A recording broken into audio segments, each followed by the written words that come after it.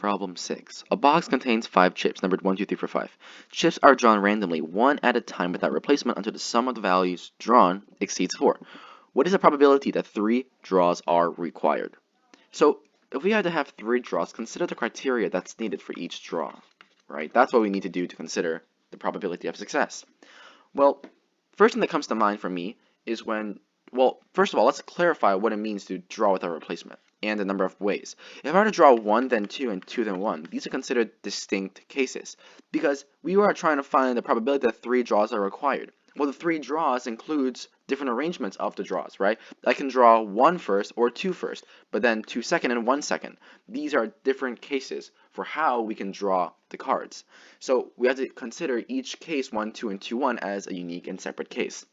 So with this out of the way, how do we find draw 1 and draw 2? Well, the first thing that comes to mind is if we have draw 1 and draw 2, right, to equal 3, right, then what happens with draw 3? Well, draw 3, by necessity, must be larger than 1. But how do we create 3 with draw 1 and draw 2? Well, 3 is equal to 1 plus 2. That's really all there is to it. It cannot be 0 plus 3 because we don't have 0. So draw 1 and draw 2, right, it can be what? It can be 1 and 2 or 2 and 1. We have two distinct cases. But what about draw 3 now? Draw 3 can be whatever. It could be 3, 4, 5. It doesn't matter. But since it doesn't matter, these will not be going into the consideration of the total distinct number of unique draws because D3 does not affect D1 or D2. So D1 and D2, we have a total of right now 2 cases where the order of draws will create a order such that the third draw will always exceed 4. But what about the case where D1 plus D2 is equal to 4, right?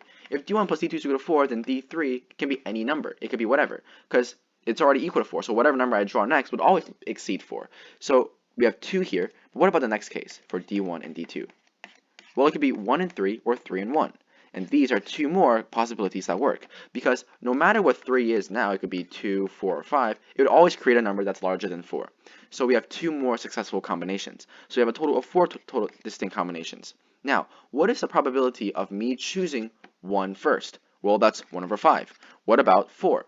Well, what about 2? What's the probability of me choosing 2 for the second number? That's 1 over 4, because it's no replacement. So if I have 1, 2, 3, 4, 5, and I remove the 1, I have 4 numbers, and I want 1 success. So it's 1 over 4. Now, how many of these exist? We have 1, 2, 3, 4. 4 unique draw patterns that create a number that's larger than 4. So we have 4 of each. Therefore, 4 times 4 gets eliminated. We get 1 over 5. Your final answer would be answer choice D.